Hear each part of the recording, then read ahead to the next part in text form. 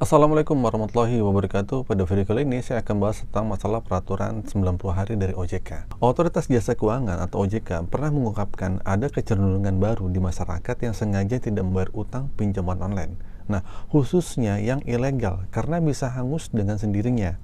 Nah, jadi benarkah demikian?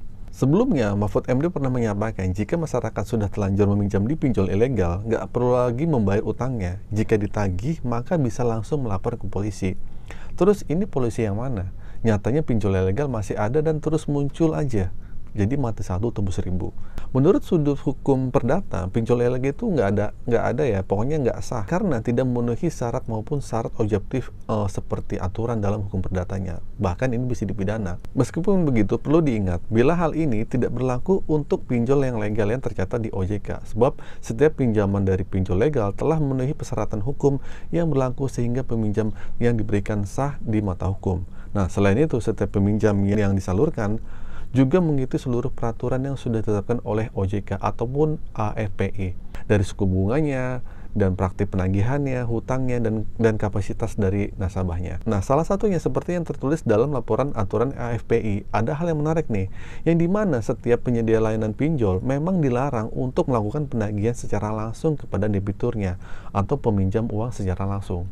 Terus kalau begitu di selapang itu harusnya nggak ada dong. Jadi begini, dalam peraturannya setiap penyelenggara tidak diperbolehkan melakukan penagihan secara langsung kepada penerima pinjaman yang gagal bayar setelah melewati batas keterlambatan dari 90 hari dihitung dari jatuh tempo pinjamannya. Tapi kenyataannya dan ternyata tidak begitu, ya tidak seperti itu. Jadi masa pinjol menagih hutang pengguna layanan maksimal itu 90 hari. Nah, sayangnya hal ini malah membuat pengguna pinjol salah mengerti dan mengira utang-utangnya hangus secara otomatis. Nah, jadi saya jelasin nih.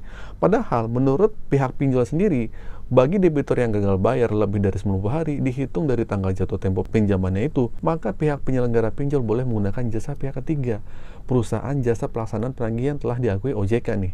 Jadi dalam peraturan lain memang ada peraturan yang tidak boleh ditagih selama 90 hari. Tapi di satu sisi ada peraturan lain yang membolehkan untuk menagih asal pakai jasa pihak ketiga. Jadi nggak boleh tagih tapi boleh teror. Jadi sama aja bohong. Hal ini sering terjadi di mana desa pihak ketiga pasti selalu pakai cara kekerasan dan intimidasi yang kasar. Kalau udah begitu, biasanya pihak desa pinjol selalu lepas tangan dan tanggung jawab, seperti kasus yang ada kami kemarin. Nah, dengan demikian dapat disimpulkan bila pengguna layanan pinjol memiliki utang yang belum dibayar lewat 90 hari, maka penyelenggara pinjol memang dilarang menagih secara langsung. Namun bukan berarti utang debiturnya secara otomatis hangus atau dianggap lunas, melainkan tetap wajib dibayar, katanya gitu. Nah, kalau dalam Islam sih hutangnya tetap wajib dibayar, tapi kalau agama lainnya saya nggak tahu. Cuman masalahnya kalau memang belum punya uang, jangan dipaksa bayar dan mencoba untuk gali lubang tutup lubang, itu nggak boleh. Nah, itu yang salah. Nah, perlu diingat setiap kredit macet, pihak penyelenggara pinjol berhak melaporkan ke OJK atau Slik OJK atau yang dulu dikenal dengan BI Checking. Nah, jadi itulah ya risiko yang terbesarnya saat kalian gagal bayar pinjol. Cuman itu aja, nggak ada risiko lain. Hal ini tentu akan membuat pengguna kesulitan jika memang mengajukan pinjaman di kemudian harinya. Kalaupun ada DC yang datang, itu wajar. Toh tugas DC itu menagih, bukan yang bakal gimana-gimana. Kecuali DC datang buat mukul kalian, bakal marah-marahin kalian, itu nggak perlu diperbolehkan ya. Malah kita bisa membedakan DC-nya kalau DC-nya melakukan hal seperti itu. Dan kalian juga harus memperhatikan ya beberapa hal yang perlu diingat yang dipertimbangkan dalam pakai pinjol ya, biar kalian juga nggak terjerat pinjol nih. Kalian tuh pertama harus tahu legalitas pinjaman online sendiri. Pertama-tama nih pastikan bahwa pinjaman online yang kalian ambil bahwa legal dan terdaftar di Otoritas Jasa Keuangan. Dan penting karena pinjaman ilegal itu seringkali memiliki praktek yang merugikan dan tidak sesuai dengan aturan. Terus yang kedua mungkin DC lapangan nih. Nah, jika pinjaman kalian legal dan memiliki DC lapangan, maka kalian perlu tahu bahwa mereka itu mungkin akan menghubungi kalian untuk menagih. Nah, tapi perlu diingat ya bahwa DC itu harus memiliki aturan dan etika dalam melakukan penagihan. Mereka itu tuh nggak boleh melakukan ancaman atau tindakan yang merugikan. Terus mungkin ketiga nih, komunikasiin aja yang jujur. Jika kalian memang mengalami kesulitan di keuangan dan tidak dapat membayar tagihan pinjaman, ya penting ya untuk berkomunikasi dengan pemberi pinjaman secara jujur. Mungkin kalian bisa nego atau beritahu mereka lah tentang situasi kalian. Tanyakan apakah ada opsi penundaan atau restrukturisasi pembayaran yang bisa diajukan atau bisa bayar pokoknya aja, itu pun bisa. Yang keempat, mungkin jangan panik ya. Penting untuk tidak panik saat menghadapi situasi ini. Terkadang tekanan dan stres emosional dapat membuat situasi lebih buruk nih.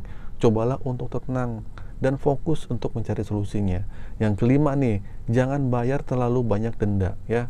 Denda biasanya berakumulasi seiring waktu jika kalian tidak membayar. Fokus pada pembayaran utama pinjaman kalian ya. Yang keenam, mungkin ada pertimbangan masalah bantuan hukum. Jika kalian merasa tidak diperlakukan tidak adil atau merasa ada pelanggaran dalam penagihan, pertimbangkan untuk mencari bantuan hukum. Kalian memiliki hak dan perlindungan hukum dalam situasi seperti ini.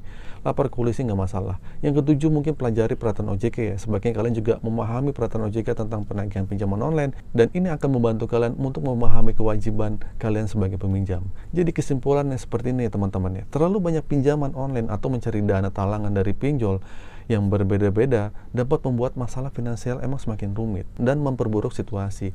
Dan ini adalah praktek-praktek yang sebagian harusnya dihindari. Nah, sebaiknya jika kalian menghadapi masalah kesulitan keuangan dan gagal bayar pada suatu pinjol, fokus aja deh pada satu pinjaman online tersebut ya. Gak usah gali lubang tutup lubang. Nah, selain itu penting juga untuk memiliki perencanaan keuangan nih buat kalian yang lebih baik di masa mendatang ya. Mungkin dengan cara membuat anggaran untuk mengelola keuangan dan pendapatan lainnya. Hal ini akan membantu kalian melihat dengan jelas bagaimana uang kalian digunakan. Terus selanjutnya mungkin menghemat, berinvestasi. Selain membayar utang, alokasikan sebagian pendapatan kalian untuk tabungan, investasi jangka panjang. Ini akan membantu kalian untuk membangun dana darurat dan mencapai tujuan keuangan kalian. Dan selanjutnya adalah mengelola utang dengan bijak. Jika kalian memiliki utang, pertimbangkan dulu untuk mengelola utang terlebih dahulu dengan bijak, dengan prioritas pembayaran yang memiliki tingkat bunga tertinggi terlebih dahulu. Jadi teman-teman juga mesti ingat ya, bahwa menghindari penumpukan utang dan menjaga keuangan yang sehat adalah langkah-langkah yang lebih baik daripada mencari tambahan dana melalui pinjaman online yang belum tentu dapat membantu memecahkan masalah kalian.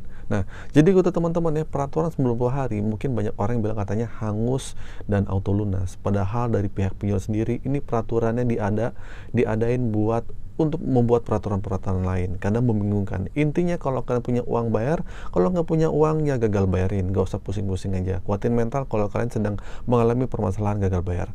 Oke, itu saja teman-teman video kali ini, semoga video ini bermanfaat. Akhir kata dari saya, assalamualaikum warahmatullahi wabarakatuh.